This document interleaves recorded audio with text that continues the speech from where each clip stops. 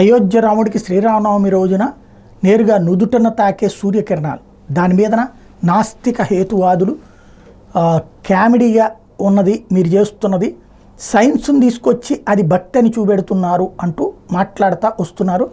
దానికి వీళ్ళు కొత్త పాయింట్ కూడా చూపించారు.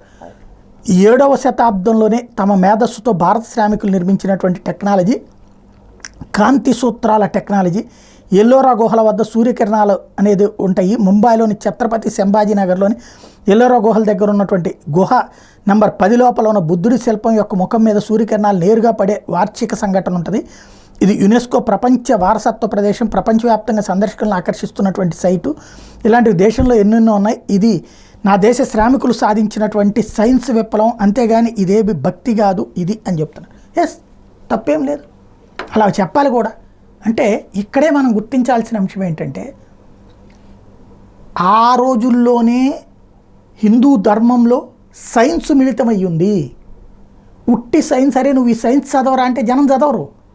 కాబట్టి తమ చదువులో ఏదైతే హిందుత్వ విద్యలోనే, హిందువులకు సంబంధించిన విద్యలోనే సైన్స్ని చొప్పించారు.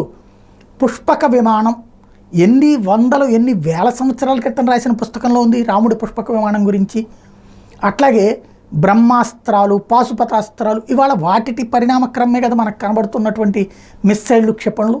ఇవి రాసినప్పుడు వెటకారం అనుకున్నారు ఆ రోజున కూడా. ఇప్పుడు ఏం కనబడుతుంది? సైన్సే. అంటే తమ ఆనాడే, ఇంకొకటి ఆనాటి నుండి ఈనాటి వరకు కూడా పంచాంగంలో రాయబడినటువంటి తరహాలోనే అమావాస్య వస్తుంది, పౌర్ణమి వస్తుంది.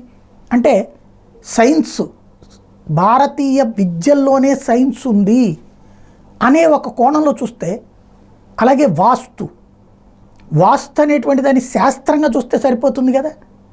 దానికి అనుగుణంగానే కదా కట్టబడింది అక్కడ ఎల్లోరా గుహలైనా. అదే ప్రతి దాంట్లో వీళ్ళు ఆధ్యాత్మిక కోణంలో చూస్తారు. మీరు చైతన్యపరుస్తూ దీంట్లో ఉన్న సైన్స్ని గురించి మీరు కూడా గ్రహించండి. ఇదిగో హిందూ ధర్మంలో సైన్స్ ఉందో అని చెప్పండి. మాలాంటి వాళ్ళందరం చాలా సంతోషపడతాం. అది కదా బెటర్.